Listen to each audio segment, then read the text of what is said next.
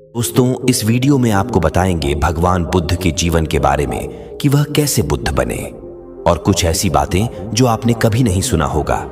दरअसल भगवान बुद्ध एक छोटे से राज्य के राजकुमार थे और जन्म से ही उनका नाम बुद्ध नहीं था। असल में उनका नाम सिद्धार्थ था और गौतम गोत्र में जन्म लेने के कारण उन्हें सिद्धार्थ गौतम नाम से भी पुकारा गया। उनके पिता का नाम शुद्धोधन और माता का नाम माया देवी था। तो कुछ हुआ यूं कि सिद्धार्थ गौतम के जन्म के 7 दिन बाद ही उनकी माता माया देवी का निधन हो गया था। उसके बाद उनका पालन पोषण उनकी मौसी और शुद्धोधन की दूसरी रानी महाप्रजावती गौतमी ने किया। जब गौतम बुद्ध के जन्म समारोह को आयोजित किया गया, तब उस समय के प्रसिद्ध साधु दृष्टा आसित ने उनके बारे में भविष्यवाणी की कि यह बच्चा बड़े होकर या तो महान राजा बनेगा या फिर एक महान संत बन जाएंगे। जब योगी ने बुद्ध के बारे में यह भविष्यवाणी की तो बुद्ध के पिता थोड़ा चिंतित हो गए। वह कभी नहीं चाहते थे कि उनका पुत्र महान संत बने, बल्कि कोई भी पिता नहीं चाहेगा कि उसका पुत्र संत या साधु बने। हर पिता चाहता है कि उसका पुत्र उसके साम्राज्य को आगे बढ़ाए और हर पिता चाहता है कि उसका वंश चलता रहे। और आज के समय में भी कोई माता पिता नहीं चाहते कि उनका बच्चा साधु सन्यासी बन जाए या ब्रह्मचारी हो जाए। तो ऐसा ही सिद्धार्थ गौतम के पिता यानी बुद्ध के पिता ने भी सोचा। वह अपने पुत्र को एक महान राजा बनाना चाहते थे, जिसके लिए वे चिंतित थे। योगी की भविष्यवाणी सुनकर उन्होंने एक फैसला किया कि वह अपने पुत्र को किसी भी दुख से दूर रखेंगे, क्योंकि दुख और समाज की पीड़ा से ऊबकर ही इंसान सन्यासी बनने को सोचता है। अगर कोई दुखों से दूर होगा और सदा सुख भोगता रहेगा तो उसे संत बनने की कोई जरूरत ही नहीं पड़ेगी। आप लोग अपने जीवन में भी देखा होगा, अगर कोई व्यक्ति अपनी पत्नी से बहुत ज्यादा दुखी हो जाता है तो वह सन्यासी बनने की सोचने लगता है। और अगर आपको ऐसा लगता है कि आप जीवन में असफल रहेंगे, कभी सफल नहीं हो पाएंगे, तब आप सोचते हैं कि मेरे पास एक ही रास्ता है कि मैं सन्यासी बन जाऊं। और सुकरात ने भी क्या खूब कहा है, अगर आपको अच्छी पत्नी मिलती है तो आपका जीवन अच्छा बीतता है, और अगर पत्नी खराब मिलती है तो भी आपका जीवन धन्य हो सकता है, क्योंकि वही इंसान फिलॉसफर बन सकता है। एनीवे, हम टू द पॉइंट आते हैं तो भगवान बुद्ध के पिता ने उन्हें पूरे सुख में रखा। उनके चारों तरफ खुशियां ही खुशियां थीं और शायद यही उन्होंने गलती कर दी, क्योंकि मनुष्य दुख से इतना नहीं ऊबता जितना सुख से ऊब जाता है। उनके आसपास हर सुख सुविधा उपलब्ध थी। उनका पालन पोषण एक सामाजिक तौर पर नहीं हुआ था। उनको समाज से दूर एक बड़े से महल में रखा गया था, जहां वह हमेशा सुख में रहते थे। वहां पर दुख की नो एंट्री थी। उन्होंने गुरु विश्वामित्र से वेद और उपनिषद की शिक्षा प्राप्त की। यही नहीं, वेदों की शिक्षा के अलावा उन्होंने कुश्ती, घुड़दौड़, तीर कमान जैसी कला को एक क्षत्रिय की भांति सीखा।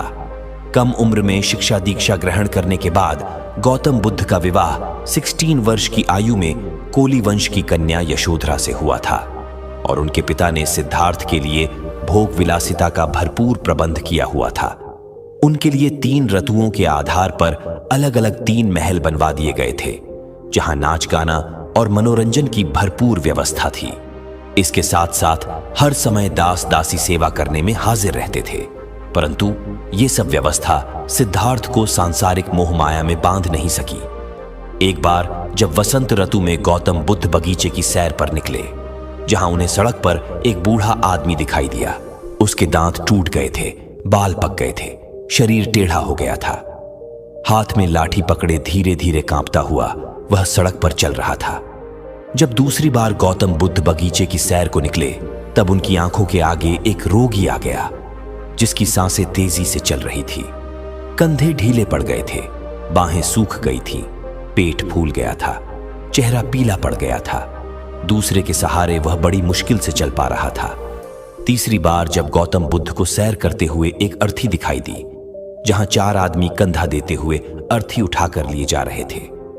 पीछे बहुत से लोग रो रहे थे, कोई छाती पीट रहा था, कोई अपने बाल नोच रहा था। इन सभी दृश्यों को देखकर गौतम बुद्ध बहुत विचलित हुए। उन्होंने सोचा कि धिक्कार है ऐसी जवानी का जो जीवन को सोख लेती है। धिक्कार है ऐसे स्वास्थ्य का जो शरीर को नष्ट कर देता है। धिक्कार है ऐसे जीवन का जो इतनी जल्दी अपना अध्याय पूरा कर लेता है। और मन ही मन विचार करने लगे, क्या बुढ़ापा, बीमारी और मौत सदा इसी तरह होती रहेगी? उसके बाद जब सिद्धार्थ चौथी बार बगीचे की सैर को निकले, तब उन्हें एक सन्यासी दिखाई दिया जो संसार की सारी भावनाओं और कामनाओं से मुक्त होकर प्रसन्न चित्त प्रतीत हो रहा था, जिससे गौतम बुद्ध काफी प्रोत्साहित हुए और एक सन्यासी बनने का निर्णय किया। उस समय गौतम बुद्ध का एक बेटा हो चुका था जिसका नाम राहुल था। उन्होंने अपनी प्यारी पत्नी और सुंदर बच्चे की तरफ देखा। वह एकदम से उन दोनों को छोड़ नहीं पाए। वह अपने भीतर ही भीतर संघर्ष करते रहे। संघर्ष करते करते तकरीबन 1.25 साल गुजर चुका था। अब गौतम बुद्ध का पुत्र तकरीबन 1.5 साल का हो चुका था, लेकिन अब गौतम अपने आप को नहीं रोक पाए और फिर आधी रात को एक चोर की तरह बिना किसी को सूचना दिए वह महल से बाहर निकले और उन्होंने सब कुछ त्याग दिया। अब खोज में निकल चुके थे कि आखिर जीवन का सत्य क्या है। वह एक मठ से दूसरे मठ घूमते रहे। जिसने जिस गुरु के बारे में बताया, सिद्धार्थ गौतम वहीं गए। उन्हें जो जो विधियां बताई जाती हैं, वह सभी विधियां बड़ी कुशलता से करते थे और परिश्रम करते करते उन्होंने समाधि के 8 प्रकार के अनुभव पाए। वह जिस भी गुरु के पास जाते थे तो गुरु के बताए हुए हर एक प्रयोग ऐसे करते थे जिसे कोई भी शिष्य आसानी से नहीं कर पाता। इन सब के बावजूद भी अभी तक सिद्धार्थ गौतम को वह अनुभव नहीं हो पाया था। आखिर में गुरु भी उनके आगे हार जाते थे और कहते थे कि मैंने भी अब तक यही जान पाया है, इससे ज्यादा तो मुझे भी नहीं पता। अब तुम आगे की यात्रा स्वयं करो। फिर वह कठोर तपस्या में लग गए। उन्होंने अपना भोजन तक छोड़ दिया और सिद्धार्थ गौतम एक राजकुमार थे। वह शारीरिक रूप से काफी मजबूत थे। एक लंबा चौड़ा शरीर था जो अब सूखकर कांटे की तरह हो गया था। अब उनका शरीर बिल्कुल कमजोर पड़ चुका था। हड्डियों के अलावा उनके शरीर में कुछ नहीं दिख रहा था और वह उस कमजोर शरीर के साथ एक नदी के पास पहुंचे जिसका नाम निरंजना नदी था। और फिर सिद्धार्थ गौतम उस नदी में उतरे।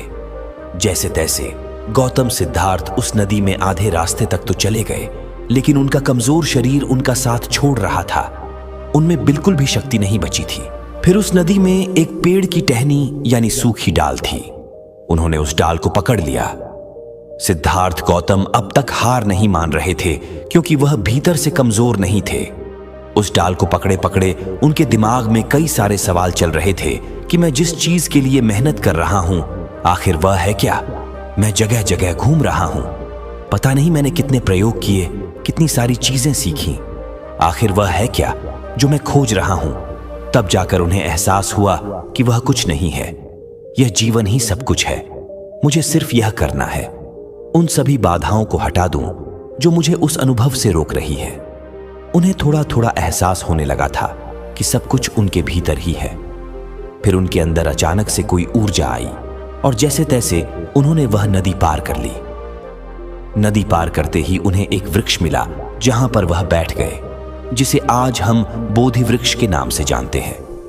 और फिर उन्होंने आखिरी प्रण लिया, इस संकल्प के साथ कि इस अस्तित्व की प्रकृति को या तो मुझे अभी जानना है या मैं यहीं बैठे बैठे अपना शरीर छोड़ दूंगा। जब तक कि मैं इसे जान नहीं लेता, मैं यहां से नहीं उठूंगा और ना ही अपनी आंखें खोलूंगा। फिर ऐसे ही उन्होंने खुद को तपस्या में मग्न कर दिया।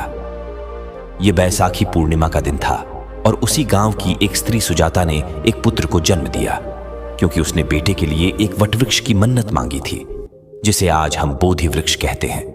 मन्नत पूरी होने पर वह स्त्री सोने के थाल में गाय के दूध की खीर भरकर वटवृक्ष यानी बोधि वृक्ष के पास जा पहुंची, जहां सिद्धार्थ गौतम तपस्या कर रहे थे।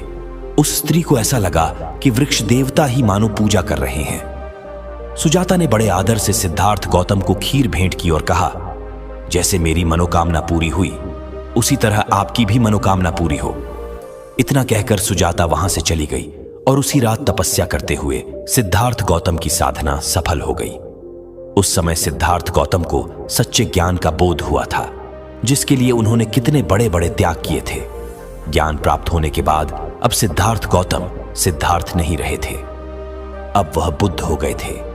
तभी से सिद्धार्थ गौतम बुद्ध कहलाए और जिस पीपल वृक्ष के नीचे सिद्धार्थ को बोध हुआ, वर्तमान में वह स्थान बोधि वृक्ष कहलाया और बोधगया के नाम से लोकप्रिय हुआ। तो इस तरह से सिद्धार्थ गौतम बने गौतम बुद्ध।